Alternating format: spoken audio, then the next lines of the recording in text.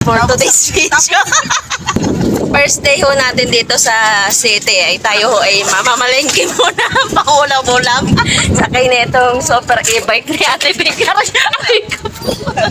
Madodla mga Kailanders, halika at samahan mo ko at bibili nga po tayo ng ating uulamin ngayong tanghali. Kaya naman sakay ng e-bike ni Ate Bing ay kami nga po patungo nga po doon sa talipapa ni Mang Istong sa bilihan nga po ng ulam. At para naman ay makalabas-labas naman ako ng bahay, sumama na nga rin ho ako sa kanila na buli ng pang ulam. Every time nga po na pag kami nga po ay magaluto ng ulam, dito nga po kami dumidiretso kay Mang Istong kasi naman medyo malayo-layo nga rin talaga ang bayan mula nga po dito sa aming nga po lugar. Halos parehas lang din naman ang presyo mula doon sa pamilyan sa bayan at dito. Kaya dito na nga po kami nabili at napakalapit din naman sa amin. Lumipas nga yun lang sandali yan nga po at naabutin natin itong talipapa nga po nila Mang Istong. Kaya naman pumarada na nga ho kami dyan. Naku, isang lakas nga po ng preno, halos bumangga na dito sa tindahan ni Mang Istong.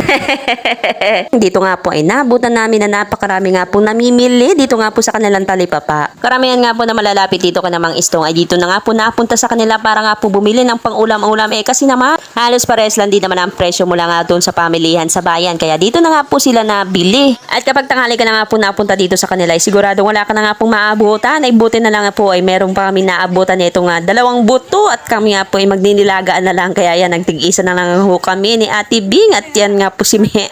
Kaya naman kumuha na nga ako ng isang malaking patatas dyan. Kanila mahal daw po ang kilo ng patatas. Kaya naman kumuha na lang ako ng 2 maliit. Sabi ni Mean 2 maliit na lang at malaki nga daw yung aking kinuha. Tsaka nga po isang sibuyas. At naghahanap din kami ng gulay dito at buti na lang meron pang natirang pechay. Kaya naman kumuha na nga rin kami. At matapos yan naghanap na nga rin kami nito nga Baguio beans. Ayan, at isang dakot lang at mahal nga po ang mga bilihin dito. Matapos yan ay dumiretso na nga po kami dun sa counter doon nga po sa mga tauhan nga po ni Mang Istong. At dahil nga po mahaba ang pila, yan nga po tagaantay kami para nga po mabayaran ito nga po aming biniling pang ulam. At ilang sandali yan nga po at kami naasikaso na nito nga tauhan nga po ni Mang Istong. Hindi pa nga po natitimbang itong ating pinamili. Talagang mapapa-smile ka na nga po sa nagmamahala na bilihin. Nako, bilihin na nga lang po talaga ang nagmamahal, no? Nagkakahalaga nga po ng 200. Ito nga po aming pinamili. Bali nga po, nagkakahalaga ng 300 everyday yan dapat na i-budget mo sa pang-araw-araw. Paano kaya yung mga may malalaking pamilya? Naku, napakahirap naman talaga mag-budget sa pang-araw-araw. Hindi po ba? Oh, 200 eksakto.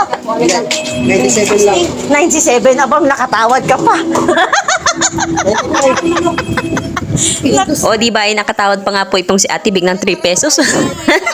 Paano na lang kaya kung isa lang sa pamilya nyo ang naghahanap buhay? Di ba napakahirap talaga kaya kayo dito kayo doon para lamang mabuhay. At ito nga pong pambayad ni Ate Bing. Naku, mukhang matagal na nga po itong nakatago sa baul. Medyo kinakalawang na nga ho.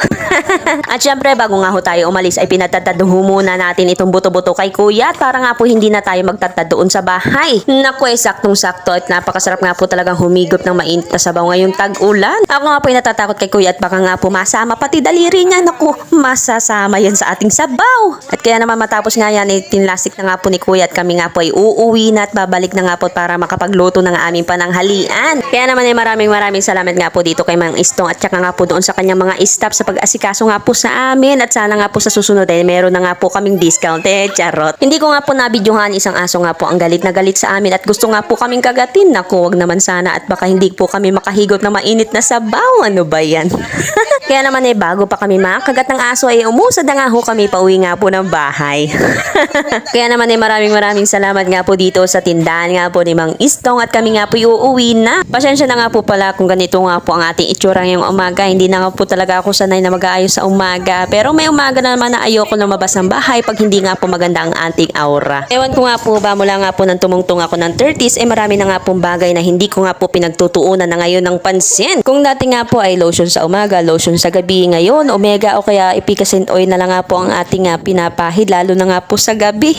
Malamang nakakaranas din ng ganito ang mga ilang babae na kagaya ko lalo na pag napapagod sa mga trabaho, hindi po ba? Ilan sandali pa nga po ang lumipas ayan nga po nakarating na rin po kami dito sa aming mga bahay. At yan nga po inasikaso na agad ni Mean ito nga pong aming alutuin dahil nga po meron kaming saging hindi na nga po kami bumili. Kaya naman hinugasan na nga po ng mabuti ni Mean itong karne at naghiwa na nga rin po ng sibuyas at para nga po ito maluto na. Maging nga itong mga gulay nakahanda na rin at malinis na niya at nahiwa-hiwa na nga rin ho niya lahat at magaluto na nga lang ho. Kaya naman inumpisa na nga po niyang sangkutsahin itong karne dito nga po sa sibuyas, paminta at patis at hayaan na nga po niya yung matuyo dyan bago niya nga po sabawan. Gustong gusto ko nga po ang kanyang style. Every time nga po na siya nga po ay nagaluto na itong sinabawang karne gaya na nga lang po ng sinigang o ito nga pong nilaga ay kanya nga po yung isinasangkot siyang mabuti bago nga po niya yan sabawan. Ang purpose nga po niyan para nga po mas matanggal nga po yung lansa at dahil nga po feeds nga po ang kinakain nitong mga baboy. Pagkulo nga po niya na itinanggal nga lang po yung mga bumubula-bula at gawa nga po ng iyan nga po ay acid. Pagkulo nga ho ulit iyan nga po nilagay na itong mga gulay gaya nga po ng patatas at maging nga po itong saging na nagbibigay nga po ng tamis dito nga po sa ating nga po nga nilagang baboy o diba? Naglagay na nga rin po tayo ng nor pork cubes dyan at para nga po pampalasa dito nga po sa ating nilulutong nilaga o diba? At nag-add nga lang po tayo ng konting patis para naman po dagdag alat dito nga po sa ating panlasa. Hindi naman po masyadong maalat at tama nga lang po dito sa ating panglasa. At dahil luto na nga po itong mga saging, yan nga po nilagay na natin itong Baguio beans. Eka nga ni Maya na itikman ko na nga raw kung tama na daw ba dito sa ating panglasa. Kaya naman humigop lang ako ng bonggang-bongga. Eka ako'y kulang ng kanin.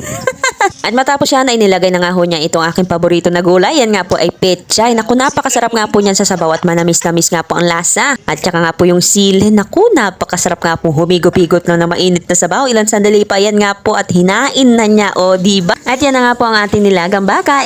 Nilagang baboy pala kasi naman nakalimutan ko tuloy itong ating nga pong niluluto sa pagtiking ko nga po kanina ng sabaw. Ay nako, saktong-sakto nga po ngayong tag-ulan. Nako, napakasarap humigop ng mainit na sabaw. At may mango on the side pa nga dyan. O paano, halika na at saluhan mo kaming humigop nitong mainit na sabaw. At sana'y nag-enjoy ka muli sa iyong panonood. Ito po si Belsky. Thank you for watching and love you so much and babu!